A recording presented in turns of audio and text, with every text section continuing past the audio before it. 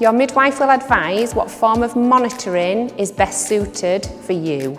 Every labour for every woman is completely different, and every woman has different coping mechanisms and different pain thresholds. So what works for one woman would not necessarily be the right choice for another woman. The aim of pain relief is relaxation. Believing in yourself cannot be underestimated. If you believe you can do this, then you will do this. We have varying forms of pain relief that are on offer. Having a warm bath and taking regular paracetamol is always good to aid relaxation. It is important to inform staff of any paracetamol and what doses you have taken at home. TENS machines can be sourced externally if you wish to try them.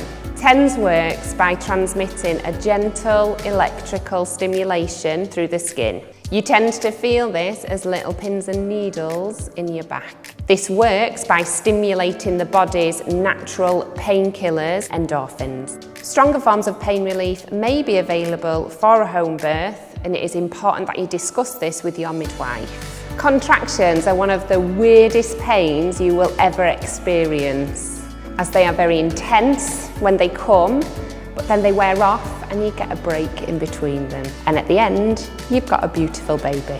Entonox is widely available for labour. Entonox, or gas and air as it is also known, is breathed in using a mouthpiece.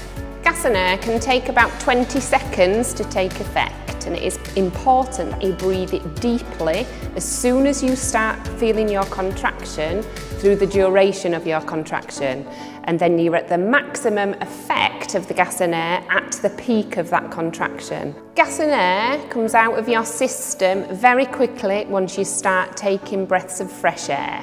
Gas and air really helps you focus on your breathing, which it can be very difficult sometimes when you're in a lot of pain. Injectable pain relief, or opioids, are known as diamorphone, morphine. These drugs are injected into a muscle, either in your thigh or your bottom. Sometimes opioids can make you feel a little nauseous and sick, so we tend to give them with an anti-sickness injection. Opioids are very strong painkillers that make you feel very relaxed. They will not take the pain away, but you are far more relaxed throughout your labour. If you have an opioid injection, gas and air can also be used if needed for the contractions.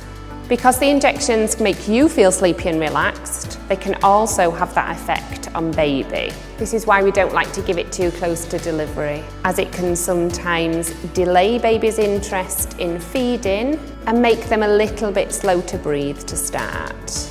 Another form of pain relief is an epidural, or regional anaesthesia. The effects of an epidural are very individual. Some people experience very numb and heavy legs, and some people can have full movement of their legs. However, we would not recommend getting out of bed if you have an epidural sited.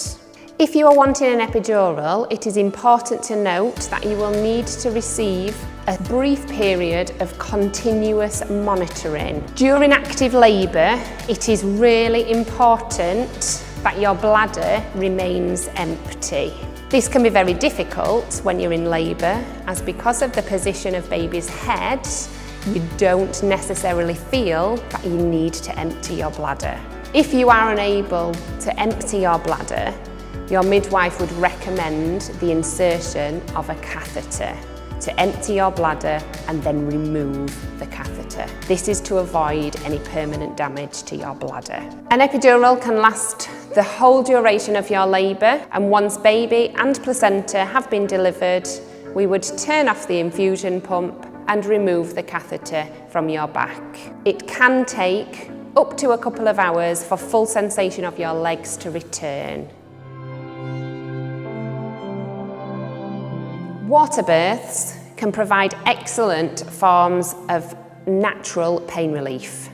Pools can be hired privately if you are wanting a home water birth. We have 2 water pools available at St James's and 3 birthing pools available at LGI. Therefore, the likelihood of one being available is high. Water births are really relaxing and create a beautiful environment. The lights in the rooms are quite dim.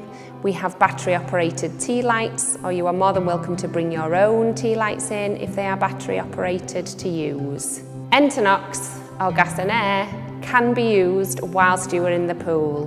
Whilst you're in the pool, the midwife still needs to monitor your contractions and baby's heartbeat. If a vaginal examination is needed, it can be performed in the pool, but sometimes this may be difficult and you may need to get into an uncomfortable position. And for this reason, it may be recommended for you to get out of the pool for an examination to occur. It's personal preference what you wear in the pool. You can choose to be naked or wear a bikini top or a vest top. It is your choice. At the time of delivery, you can choose to get out of the pool to deliver your baby, or you can remain in the pool to deliver your baby and your placenta. If you choose to deliver baby and placenta within the pool, we would recommend a physiological 3rd stage of labour where no injection of hormones are given.